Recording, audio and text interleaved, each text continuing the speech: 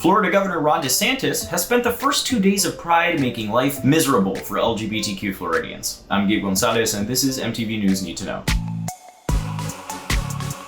On Wednesday, the second day of Pride Month, Florida Governor Ron DeSantis vetoed 2 important LGBTQ support programs. He axed funding for the LGBT Center in Orlando, which would have gone toward mental health services for survivors of the 2016 Pulse mass shooting. And he vetoed putting money toward the Zebra Coalition, a group creating shelter for unhoused LGBTQ youth who make up at least 40% of homeless youth around the US. Brandon Wolf is an activist and survivor of the Pulse massacre, where 49 people were killed at a gay nightclub in Orlando, most of whom were Latino. He tweeted about why these vetoes felt personal. Here's Governor Ron DeSantis in 2019, standing on hallowed ground, promising me that he would always support those of us impacted by the Pulse nightclub shooting. Today, he vetoed mental health services for us. I will never forget. The Pulse shooting was the deadliest attack on LGBTQ people and one of the deadliest mass shootings in US history, and writer Ida V. Escamani pointed out that the city is very much still in mourning. June is a really hard month for Orlando. 5 years since Pulse, I know it will always be a hard month for Orlando. Governor Ron DeSantis' contempt for LGBTQ people makes it even harder. I hold so much pride for our legislative champs. I'm heartbroken by the hate in the governor's heart. The Republican majority state legislature voted to fund both of these programs, which would have required just 0.0009% of the state's massive $100 billion budget.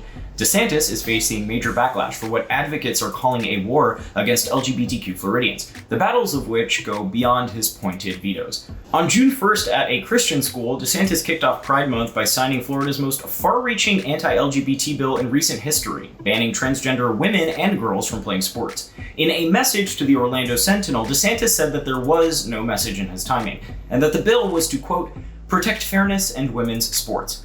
Olympic triathlete and activist Chris Mosier tweeted, "Remember, there is no problem with trans kids playing sports in Florida or Texas or anywhere else in the country. Politicians are using kids as political pawns in advancing their agendas. We should all be outraged."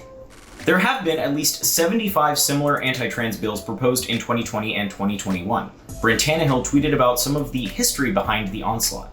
2015, having lost the fight against marriage equality but winning against LGBT protection laws, religious right leadership decides to shift focus onto trans people via bathroom bills, fear-mongering, and making it a wedge issue. This has since manifested into a year with a record number of anti-trans bills passed in the US. Most of these bills are co-authored by the Alliance Defending Freedom, and although the ADF categorizes itself as a Christian religious liberty organization, the Southern Poverty Law Center labeled them as an LGBTQ hate group.